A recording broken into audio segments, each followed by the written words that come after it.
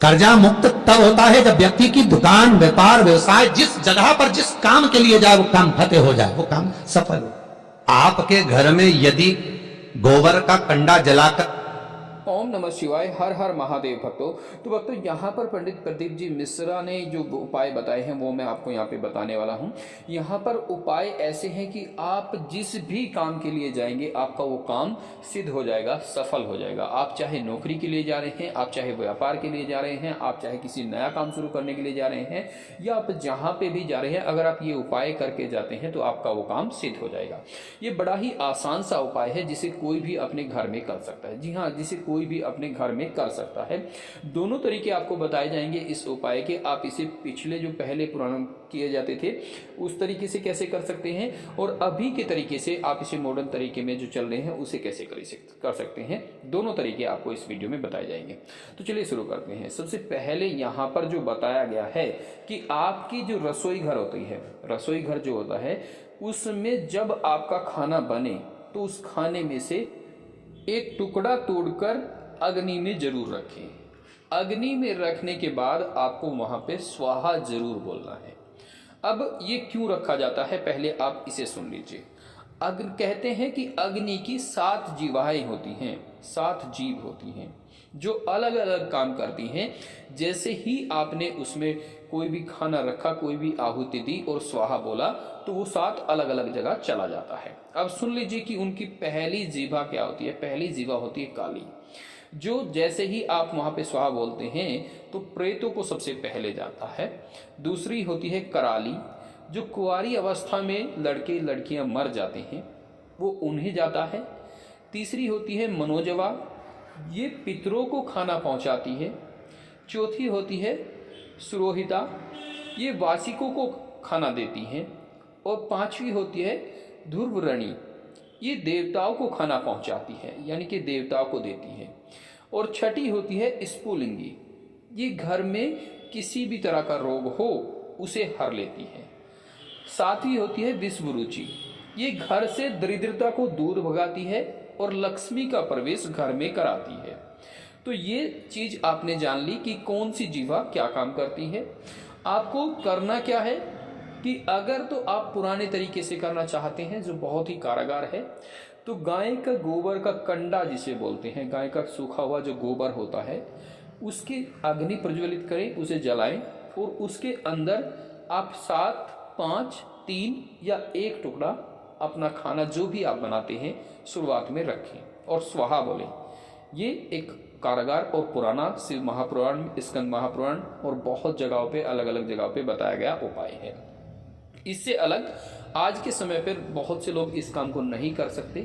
गाय का गोबर ढूंढना ही शहरी इलाकों में तो बहुत मुश्किल की बात हो जाती है। कुछ लोग अपने घर में जलाना नहीं चाहते, उसके लिए भी पंडित जी ने एक उपाय बताया है कि गैस का चूल्हा जिसे आप इस्तेमाल करते हैं, जिस पे आप अपना खाना बनाते हैं, मेन मकसद क्या है कि अग्नि में वो जो आपका खाना है वो अग्नि में जाना चाहिए, जो आहुति है वो अग्नि में जाना चाहिए। तो आप अपने गैस के चूल्हे पर भी एक छोटा सा टुकड़ा, एक छोटा सा आहुति दे सकते हैं। आहुति देते समय आपको स्वाहा जरूर बोलना है। आप जब तक आहुति देके स्वाहा नहीं बोलेंगे तब तक आपकी आहुति और आपका दिया हुआ भोजन जो भी आप अग्नि में दे रहे हैं वो स्वीकार नहीं होगा। तो अगली बार जब भी आप किसी काम के लिए जाएं, किसी काम को शुरू करने के लिए जाएं, आपके ऊपर कर्जा हो गया है, आपके घर में बीमारी का वास है या कुछ भी ऐसी दिक्कत है, तो ये काम करना शुरू कर दें। ये डेली माताएं बहनें ध्यान रखें कि जब भी रसोई में वो सुबह सुबह खाना बना रहे हैं तो इस उपाय को जरूर करें। और अगर हो सकता है तो आप अपने घर पे एक अंगीठी या कुछ इस तरह का ला के रख लें जिसमें आप गोबर का कंडा जला सकें और उसमें गाय के गोबर का कंडा जला सकें, उसमें आप ये आहुति देंगे। तो ये बहुत ही कारगर और पुराना उपाय है, तो इसे आप जरूर कर सकते हैं। इसमें कोई खर्चा भी नहीं है, कोई ऐसा काम भी नहीं है कि आपको अलग जाके करना है, आप इसे नॉर्मल तरीके से कर सकते हैं। उम्मीद करते हैं आपको ये उपाय, ये वीडियो पसंद आई होगी। अगर वीडियो अच्छी लगी तो वीडियो को प्लीज लाइक कर दीजिए। सभी मिलकर एक साथ बोलेंगे श्री शिवाय नमस्तुभ्यम। ओम नमः शिवाय। हर हर महादेव भक्तों, इस बार 8 मार्च दिन बुधवार को होलिका दहन है और होलिका दहन पर किया गया कोई भी उपाय आपको 100 गुना और हजारों गुना लाभ देता है।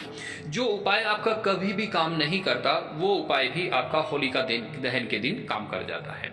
होलिका दहन पे क्या उपाय किस लिए करने चाहिए वो मैं आपको यहाँ पे बताता हूँ।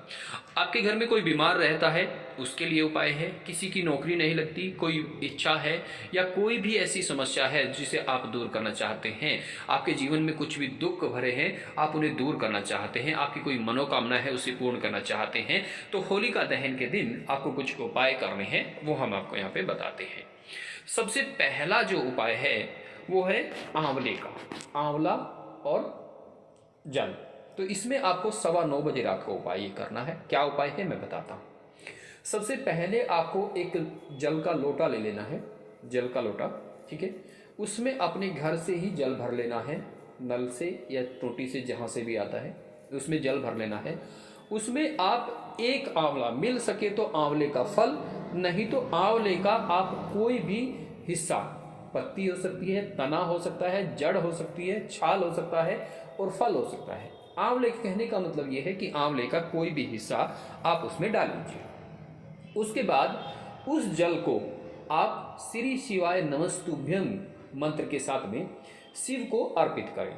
शिव को अर्पित करने से पहले और इस मंत्र को बोलने से पहले उस इंसान का नाम स्मरण करें। और अगर आप खुद अपने आप ही वो इंसान है जो बहुत ज़्यादा बीमार रहते हैं तो अपना नाम जरूर बोलें, साथ ही साथ श्री शिवाय नमस्तुभ्यम बोलकर ये जल शिव की शिवलिंग पर अर्पित कर दें। अब आप पूछेंगे 9:15 बजे। 9:15 बजे आपको किसी मंदिर वगैरह जाने की जरूरत नहीं है।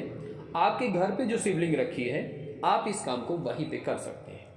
इसके बाद जब आप वो शिव पर जल अर्पित करेंगे उसमें पड़ा हुआ आंवला या जो भी उसका पार्ट है, जो भी उसका हिस्सा है, अगर वहां रहता है वो, तो आपको उसका क्या करना है, रात भर वहीं पड़े रहने देना है और सुबह को उसे उठाकर किसी पेड़ के नीचे रख देना है। सिर्फ इतना काम आपको करना है। आप देखेंगे कि जो व्यक्ति बीमार रहता है उसे जल्द ही बहुत अद्भुत यहाँ पर आराम मिलना शुरू हो जाएगा। दूसरा उपाय है, अगर आपकी कोई मनोकामना है, कोई नौकरी नहीं लग रही, आपके घर में कोई ऐसा बंदा है जो सफल हो ही नहीं पा रहा, आपका व्यापार नहीं चल रहा, आपको कुछ भी इस तरह की दिक्कत है, तो उसके लिए आपको क्या करना है, आपको लेना है एक काला कपड़ा, उसमें रखने हैं एक चुटकी काले तिल, काली तिल्ली भी इन्हें बोलते हैं, उसमें रखने एक चुटकी काले तिल, उसमें आपको रखनी है 7 लौंग, साथ ही साथ रखनी है एक चुटकी सरसों, उसके बाद रखनी है 3 सुपारी और इन सभी को एक साथ रखकर उस काले कपड़े की एक छोटी सी पोटली बना लें। इस पोटली से आपको घर के हर एक व्यक्ति के सिर पर से 7 बार उतारनी है। जैसे आरता उतारते हैं इसी तरह से ये पोटली छुआकर हर इंसान के सर पर से 7 बार ये पोटली उतारनी है।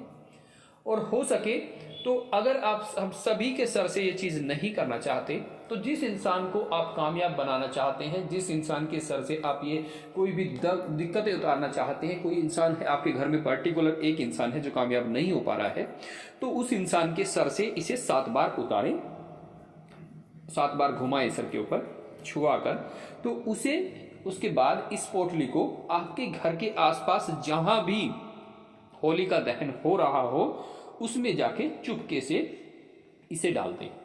इसके बाद आप देखेंगे कि बहुत जल्द ही जिस इंसान के सर से भी आपने ये छुआ कर डाली है, जो भी इंसान आपके घर में सफल नहीं